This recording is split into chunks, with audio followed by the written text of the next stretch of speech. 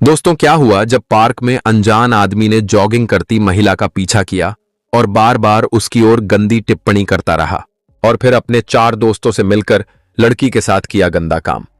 उसके बाद जो हुआ उसे सुनकर आपकी भी रूह कांप जाएगी। तो चलिए कहानी को शुरू से सुनते हैं। लेकिन उससे पहले अगर आप इस चैनल पर नए हैं तो वीडियो को एक लाइक और चैनल को सब्सक्राइब कर लीजिए ताकि आगे आने वाली हमारी सभी कहानियां आपको सबसे पहले मिल सकें। सुबह के 5 बजे थे। शहर के बीचों बीच बने सिटी गार्डन पार्क में हल्की हल्की ठंडी हवा बह रही थी। पेड़ों पर ओस की बूंदें चमक रही थीं और घास पर पैर रखते ही ठंडक का एहसास हो रहा था। पार्क में कई लोग अपने अपने तरीके से दिन की शुरुआत कर रहे थे।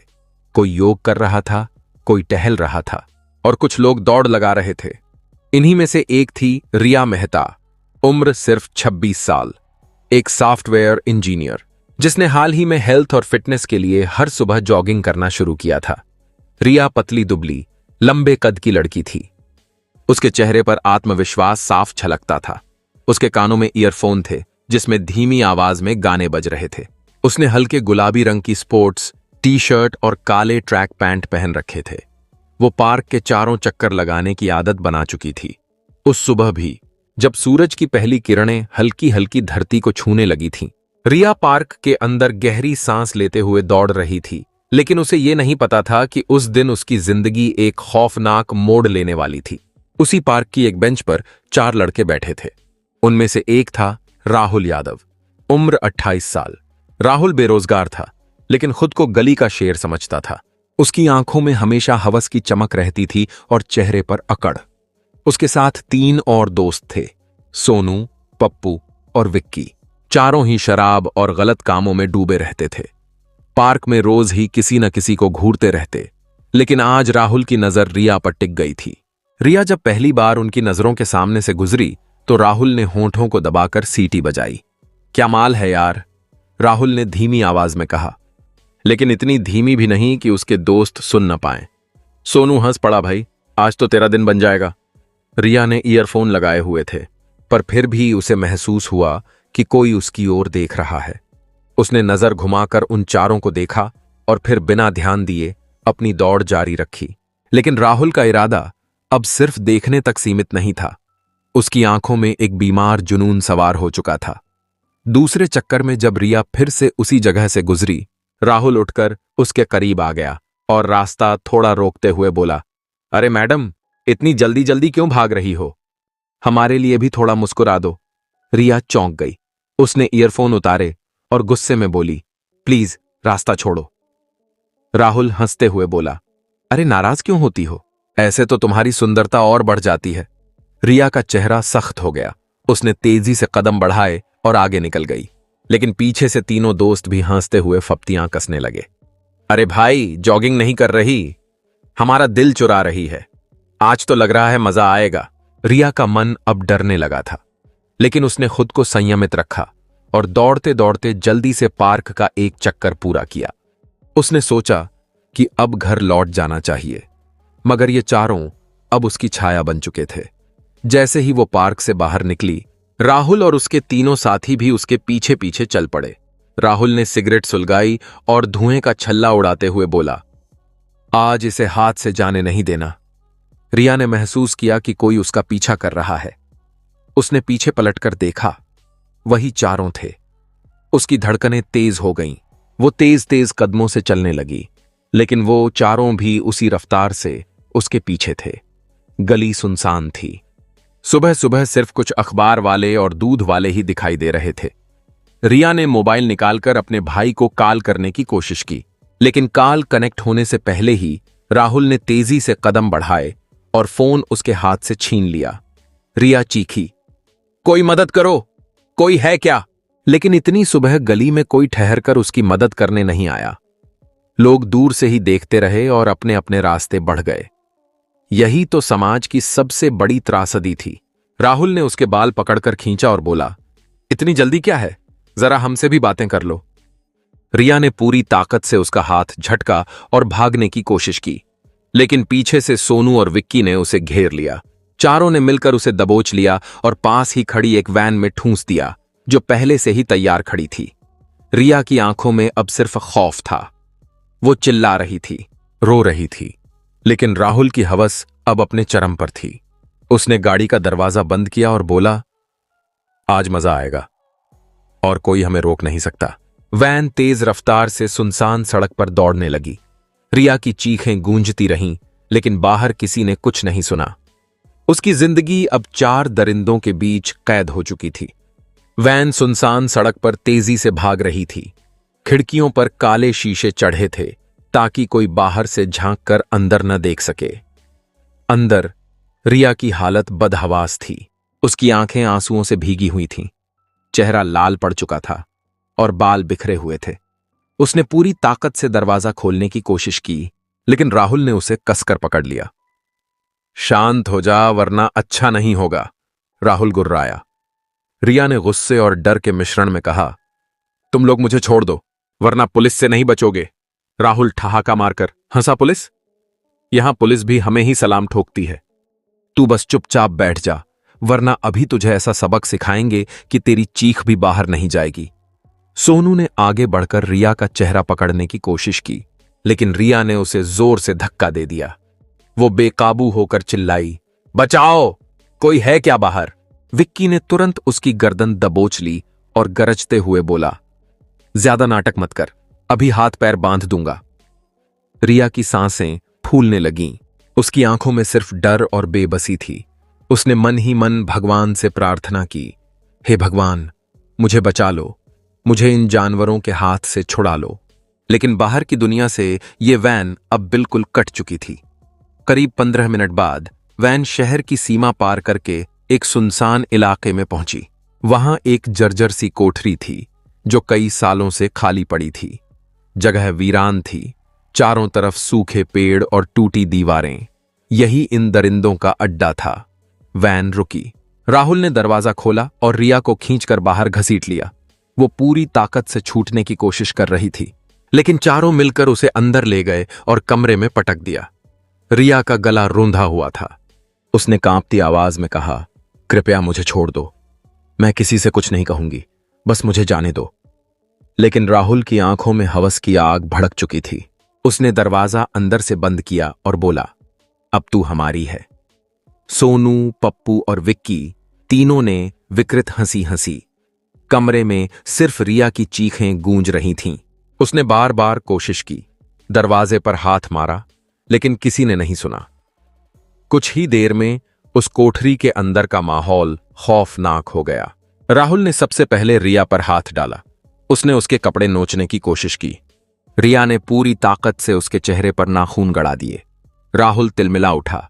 उसके गाल पर खून की पतली लकीर उभर आई। साली, तूने मुझे खून कर दिया। राहुल दहाड़ा और जोरदार तमाचा रिया के चेहरे पर मार दिया। उसका सिर दीवार से जा टकराया। रिया जमीन पर गिर गई, लेकिन उसकी आंखों से आंसू और होंठों से यही निकल रहा था, कृपया मुझे मत छुओ। लेकिन हवस से भरे उन चारों के कान पर जूं तक नहीं रेंगी। सोनू ने उसके हाथ कसकर पकड़ लिए। विक्की ने उसके पैर दबा दिए और राहुल ने अपनी हैवानियत शुरू कर दी। रिया की चीखें अब और तेज हो गईं। उसकी आत्मा जैसे कराह रही थी, हे भगवान, मैंने किसी का बुरा नहीं किया, मुझे यह सजा क्यों मिल रही है? कमरा उन चीखों से भर चुका था। बाहर वीराने में कौए कांव कांव कर रहे थे, मानो उस जुल्म के गवाह हों। घंटों तक वो चारों बारी बारी से अपनी हवस उतारते रहे। रिया की आंखें अब सुनी हो चुकी थीं। शरीर लहूलुहान था और जुबान से आवाज तक नहीं निकल रही थी। राहुल ने सिगरेट जलाते हुए हंसकर कहा, क्या मजा आया है ना भाई? सोनू बोला, लेकिन अब इसे छोड़ दिया तो ये हमें अंदर करवा देगी। पप्पू ने शैतानी मुस्कान के साथ कहा, तो फिर छोड़ते ही क्यों हैं? रिया ने कांपती आवाज में आखिरी बार कहा, कृपया मुझे जाने दो, मैं कुछ नहीं कहूंगी। लेकिन राहुल की आंखों में दानवी चमक थी। उसने अपनी बेल्ट निकाली और बोला, अब तेरा अंत करना ही पड़ेगा। रिया ने आंखें बंद कर लीं। उसे लगा कि शायद ये उसकी जिंदगी का आखिरी पल है। तीनों दोस्तों ने राहुल की बात का समर्थन किया। उन्होंने मिलकर रिया का गला दबाया। उसकी सांसें टूट रही थीं, शरीर तड़प रहा था। आंसू बहते हुए जमीन पर गिर रहे थे। कुछ ही पलों में उसका शरीर ढीला पड़ गया। रिया अब इस दुनिया में नहीं रही। कमरे में सन्नाटा छा गया। हवा भारी हो चुकी थी। दरिंदों के चेहरे पर अब संतोष और डर दोनों की झलक थी। अब इसे छुपाना होगा, वरना फंस जाएंगे, विक्की बोला। राहुल ने ठंडी सांस लेकर कहा, हां, लेकिन सबसे पहले सबूत मिटाना होगा। उन्होंने कोठरी से एक बड़ा बोरा निकाला, रिया के निर्जीव शरीर को उसमें डाल दिया। राहुल ने बोरे को कसकर बांधा और बोला, आज रात इसे नदी में फेंक देंगे, कोई नहीं ढूंढ पाएगा। लेकिन वो ये नहीं जानते थे कि अपराध चाहे कितना भी छुपाया जाए, उसका सच सामने आकर ही रहता है। वो बोरा, वो खून, वो निशान और सबसे बड़ी बात, राहुल के गाल पर वो खरोंच का निशान, सब आने वाले वक्त में उनके खिलाफ सबूत बनने वाले थे। रिया की आत्मा अब उस अंधेरी कोठरी में कैद हो चुकी थी, लेकिन इंसाफ का रास्ता धीरे धीरे बन रहा था। सुबह का समय था। शहर से करीब 10 किलोमीटर दूर बहने वाली काली नदी के किनारे मछुआरे अपनी नावें तैयार कर रहे थे। आसमान में हल्की धूप निकल चुकी थी और नदी के पानी पर चमक रही थी। तभी एक मछुआरे ने किनारे पर पड़े एक अजीब से बोरे को देखा। वो चौंक कर बोला, अरे, ये बोरा यहां कैसे आ गया? लगता है किसी ने कूड़ा फेंका है। दूसरे मछुआरे ने मजाक में कहा, जा खोल कर देख, कहीं खजाना ही न निकल जाए। पहला मछुआरा बोरे के पास गया। उसने डंडी से बोरा टटोला तो उसे अंदर कुछ भारी चीज का एहसास हुआ। उसने हिम्मत करके बोरे की रस्सी खोली। जैसे ही बोरा खुला, उसके होश उड़ गए। अंदर एक औरत का शव पड़ा था, चेहरा चोटों से भरा, कपड़े फटे हुए। उसकी चीख निकल पड़ी, अरे, यहां लाश है। कुछ ही देर में आसपास के लोग जमा हो गए। सब सन्न रह गए। किसी को यकीन नहीं हो रहा था कि इतनी बेरहमी से किसी ने हत्या कर शव नदी में फेंक दिया। किसी ने तुरंत पुलिस को खबर दी। करीब आधे घंटे में थानेदार इंस्पेक्टर अरुण सिंह अपनी टीम के साथ मौके पर पहुंच गए। अरुण सिंह सख्त मिजाज 42 साल के अनुभवी पुलिस अफसर थे। उन्होंने लाश देखकर गहरी सांस ली और कहा, लगता है ये रेप के बाद मर्डर का केस है। क्राइम टीम ने तुरंत चारों तरफ से सबूत इकट्ठा करना शुरू किया। बोरे पर खून के धब्बे थे। शव के हाथों में कुछ खरोंचों के निशान थे, जैसे उसने अपने हमलावर से लड़ाई की हो। सबसे खास बात, लड़की के नाखूनों में खून और चमड़ी के छोटे छोटे टुकड़े फंसे हुए थे। सर, डीएनए मिल सकता है, फॉरेंसिक अधिकारी ने कहा। अरुण सिंह ने सिर हिलाया। ठीक है, सब सैंपल सुरक्षित करो। थोड़ी ही देर में मीडिया भी वहां पहुंच गई। कैमरे चमकने लगे। रिपोर्टर चीख चीख कर बोल रहे थे, देखिए, शहर के पास नदी किनारे मिली एक युवती की लाश, रेप और मर्डर का शक। पुलिस जांच में जुटी। लोगों की भीड़ बढ़ती जा रही थी। सबके चेहरों पर गुस्सा और डर दोनों था। एक बुजुर्ग महिला रोते हुए बोली, आजकल बेटियां घर से बाहर निकलें तो भी सुरक्षित नहीं हैं। अरुण सिंह ने भीड़ को शांत कराया और शव को पोस्टमार्टम के लिए भिजवाया। अस्पताल में जब पोस्टमार्टम हुआ तो रिपोर्ट ने सब साफ कर दिया। युवती के साथ बेरहमी से बलात्कार किया गया था। शरीर पर चोटों के कई निशान थे। मौत गला दबाकर की गई थी। रिपोर्ट देखकर अरुण सिंह की मुट्ठियां कस गईं। दरिंदे, अब चाहे जहां छुपे हों, मैं निकाल कर लाऊंगा, उन्होंने बुदबुदाया। दूसरी तरफ पुलिस ने मृतका की पहचान करनी शुरू की।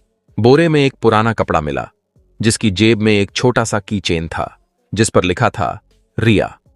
पुलिस ने आसपास की गुमशुदगी की रिपोर्ट चेक की। उसी सुबह रिया मेहता नाम की लड़की की गुमशुदगी की शिकायत उसके भाई ने थाने में दर्ज कराई थी। रिपोर्ट में लिखा था, मेरी बहन सुबह जॉगिंग के लिए गई थी लेकिन घर नहीं लौटी। उसका फोन भी स्विच ऑफ है। जांच मिलते ही पुलिस ने परिवार को बुलाया। जब रिया के माता पिता अस्पताल पहुंचे और पोस्टमार्टम रूम में अपनी बेटी की लाश देखी तो उनकी दुनिया बिखर गई। मां जमीन पर गिर पड़ी, आंसुओं में चिल्लाते हुए, मेरी बच्ची, किसने ये किया? पिता का गला रुंध गया। वो बस अपनी बेटी के चेहरे को देखे जा रहे थे, जैसे यकीन ही न हो रहा हो। भाई ने इंस्पेक्टर अरुण सिंह से हाथ जोड़कर कहा, सर, मेरी बहन को इंसाफ दिलाइए, उन जानवरों को मत छोड़िए। अरुण सिंह ने गंभीर स्वर में जवाब दिया, मैं वादा करता हूं, चाहे वो कहीं भी हों, उन्हें कानून के कटघरे तक खींच कर लाऊंगा। पुलिस ने जांच तेज कर दी। सबसे पहले उन्होंने पार्क की सीसीटीवी फुटेज खंगाली। कैमरे में साफ दिखा कि सुबह रिया जॉगिंग कर रही थी। उसी समय पास की बेंच पर 4 लड़के बैठे थे। उनमें से एक लड़की के पीछे पीछे जाते भी नजर आया। अरुण सिंह ने वीडियो पॉज करके तस्वीरें निकालीं। यही हैं अपराधी, उन्होंने कहा। अब शुरू हुई तलाश। मोहल्ले के लोगों से पूछताछ की गई। धीरे धीरे नाम सामने आने लगे। वो लड़का राहुल यादव है, सामने वाली गली का। उसके साथ हमेशा 3 और होते हैं, सोनू, पप्पू, विक्की। राहुल का नाम आते ही पुलिस चौकन्नी हो गई। उसका पुराना रिकॉर्ड भी साफ सामने आ गया। छेड़खानी, चोरी और मारपीट जैसे कई केस पहले से दर्ज थे, लेकिन सबूत के अभाव में हर बार छूट जाता था। अरुण सिंह ने तुरंत चारों की गिरफ्तारी के आदेश दिए। पुलिस टीम ने राहुल के घर छापा मारा, लेकिन घर खाली पड़ा था। किसी ने बताया कि रात को ही चारों कहीं निकले थे।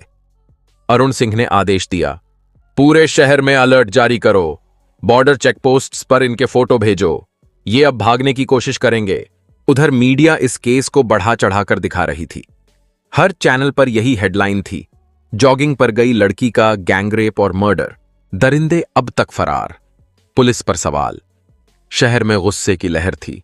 लोग सड़कों पर मोमबत्तियां लेकर उतर आए। रिया को इंसाफ दो, दरिंदों को फांसी दो। हर जगह यही नारे गूंज रहे थे। इस बीच फॉरेंसिक रिपोर्ट आई। रिया के नाखूनों में मिले खून और चमड़ी का डीएनए टेस्ट हुआ। रिपोर्ट में नाम सामने आया, राहुल यादव। अरुण सिंह ने मेज पर हाथ मारा। अब हमारे पास पुख्ता सबूत है, इन्हें अब बचना मुश्किल है। लेकिन चारों दरिंदे अब डर चुके थे। वो शहर छोड़कर भागने की कोशिश में थे। राहुल ने अपने दोस्तों से कहा, अगर पुलिस ने पकड़ लिया तो सीधा फांसी होगी, हमें जल्दी से कहीं और निकलना होगा। लेकिन किस्मत अब उनका साथ छोड़ने वाली थी। पुलिस का शिकंजा कस चुका था। राहुल यादव और उसके तीनों साथी सोनू, पप्पू और विक्की अब शहर के सबसे वांछित अपराधी बन चुके थे। पुलिस का अलर्ट हर थाने तक पहुंच चुका था। अखबारों और टीवी चैनलों पर उनकी तस्वीरें चस्पा हो चुकी थीं। आम लोग भी गुस्से में थे। हर जगह यही चर्चा थी, क्या पुलिस इन दरिंदों को पकड़ पाएगी? इंस्पेक्टर अरुण सिंह ने चारों की लोकेशन ट्रेस करने के लिए मोबाइल सर्विलांस लगवाया।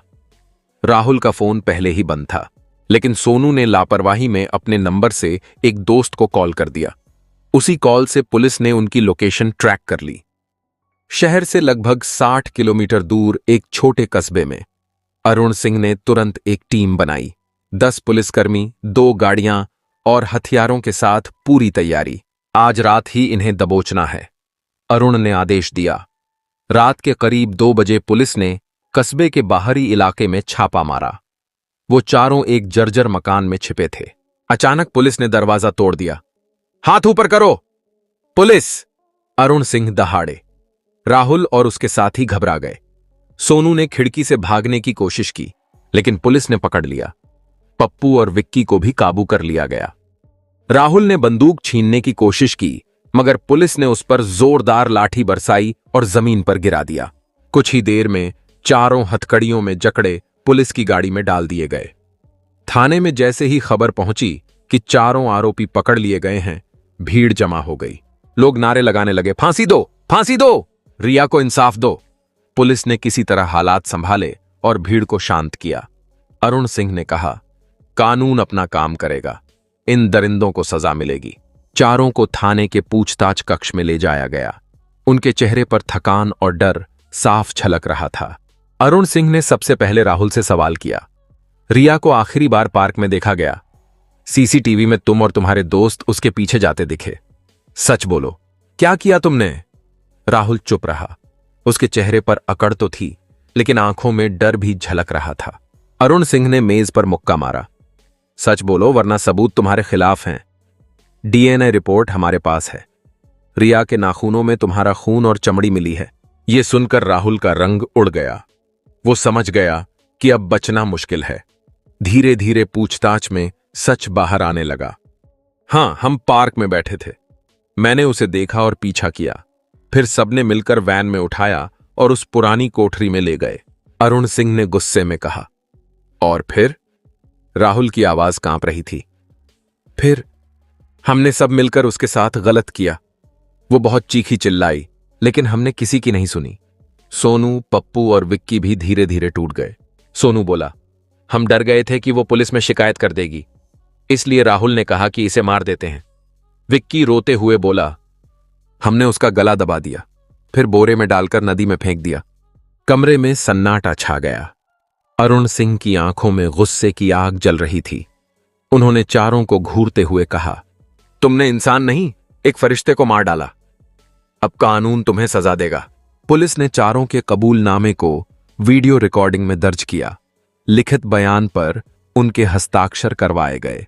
साथ ही फोरेंसिक टीम ने रिया के शरीर से मिले सबूत, वैन के टायरों के निशान और कोठरी से बरामद खून के धब्बे भी इकट्ठा किए। हर सबूत इस केस को और मजबूत बना रहा था। जैसे ही खबर फैली कि चारों आरोपी गिरफ्तार हो चुके हैं और उन्होंने अपराध कबूल कर लिया है, मीडिया ने इसे बड़ी खबर बना दिया। रिया केस सॉल्व, दरिंदे गिरफ्तार। कबूलनामे ने खोली दरिंदगी की पोल। लोग अब पुलिस की तारीफ कर रहे थे, लेकिन गुस्सा अभी भी था। सब चाहते थे कि चारों को तुरंत फांसी दी जाए। अगले दिन चारों को कोर्ट में पेश किया गया। कोर्ट परिसर के बाहर भारी भीड़ जमा थी। लोग पत्थर और जूते लेकर खड़े थे।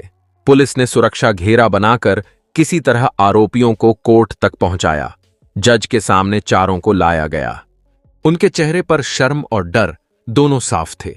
अभियोजन पक्ष ने सभी सबूत पेश किए। CCTV footage, forensic report, DNA match, कबूलनामा। जज ने चारों को 14 दिन की पुलिस रिमांड पर भेज दिया ताकि जांच पूरी की जा सके। उसी दौरान रिया का परिवार भी कोर्ट में मौजूद था। मां की आंखों से आंसू थम नहीं रहे थे। भाई ने अरुण सिंह से कहा, सर, इनको फांसी से कम सजा नहीं मिलनी चाहिए। मेरी बहन की आत्मा तभी शांत होगी। अरुण सिंह ने कंधे पर हाथ रखकर जवाब दिया, न्याय जरूर होगा। जेल में पहुंचते ही राहुल और उसके साथियों को अन्य कैदियों ने घूर कर देखा। सबको पता था कि ये वही दरिंदे हैं जिन्होंने एक मासूम के साथ हैवानियत की। कैदियों में भी गुस्सा था। राहुल ने अपने साथियों से धीरे से कहा, अगर जेल में ही हमें मार दिया गया तो? सोनू बोला, अब बचना मुश्किल है। चारों की आंखों में अब वही डर था जो कभी रिया की आंखों में था। शहर की अदालत में उस दिन माहौल अलग ही था। बड़ी संख्या में लोग इकट्ठा हुए थे। हर किसी के चेहरे पर गुस्सा और सवाल था। अखबारों और टीवी चैनलों ने इस केस को सुर्खियों में रखा था। Park rape and murder case अब सिर्फ एक अपराध की घटना नहीं रही थी, बल्कि पूरे समाज की आंखों में चुभती हुई सच्चाई थी कि कैसे 4 दरिंदों ने एक मासूम लड़की की जान ले ली। न्यायालय में अभियोजन पक्ष की ओर से वकील अंजलि मिश्रा खड़ी थीं। उनका स्वर दृढ़ था, आंखों में तेज। उन्होंने पूरे केस को अदालत के सामने इस तरह रखा जैसे हर घटना खुद उनके सामने घटी हो। माननीय न्यायाधीश महोदय, यह केस सिर्फ एक महिला का नहीं, यह हर महिला की सुरक्षा और अस्मिता से जुड़ा मामला है। सबूत स्पष्ट हैं, सीसीटीवी फुटेज, डीएनए रिपोर्ट और गवाह। यह चारों आरोपी निर्दोष नहीं, बल्कि अपराध की जीती जागती तस्वीर हैं। वहीं बचाव पक्ष के वकील ने अपने मुवक्किलों को बचाने की कोशिश की। वह बोले, महोदय, मेरे मुवक्किलों पर झूठा आरोप लगाया गया है। पुलिस ने बिना उचित जांच किए इन्हें गिरफ्तार किया। ये लोग गरीब हैं और पुलिस को असली अपराधियों का पता नहीं चला, इसलिए इन्हें फंसा दिया। लेकिन जैसे ही अभियोजन पक्ष ने गवाहियों और मेडिकल रिपोर्ट पेश की, बचाव पक्ष की दलीलें कमजोर पड़ने लगीं। सबसे पहले पुलिस इंस्पेक्टर ने गवाही दी, माननीय अदालत, हमने पार्क से लगे सीसीटीवी कैमरों की फुटेज हासिल की है। उसमें साफ दिख रहा है कि पीड़िता के पीछे ये चारों आरोपी भाग रहे हैं। इसके बाद यह कार में उसे धकेलते हैं। आगे की फुटेज में कार को उसी पुराने गोदाम के पास जाते देखा गया है जहां से बाद में शव मिला। इसके बाद मेडिकल टीम के डॉक्टर ने गवाही दी। पोस्टमार्टम रिपोर्ट में यह साफ है कि पीड़िता के साथ सामूहिक बलात्कार हुआ था। उसके शरीर पर मारपीट और संघर्ष के गहरे निशान थे। डीएनए सैंपल आरोपी राहुल, सोनू, पप्पू और विक्की से मेल खाते हैं। पूरा कोर्ट रूम सन्न रह गया। माहौल इतना भारी हो गया कि आरोपी खुद अपने पैरों पर कांपने लगे। बाहर अदालत के सामने भारी भीड़ जमा थी। लोग नारे लगा रहे थे, हमें न्याय चाहिए, दरिंदों को फांसी दो।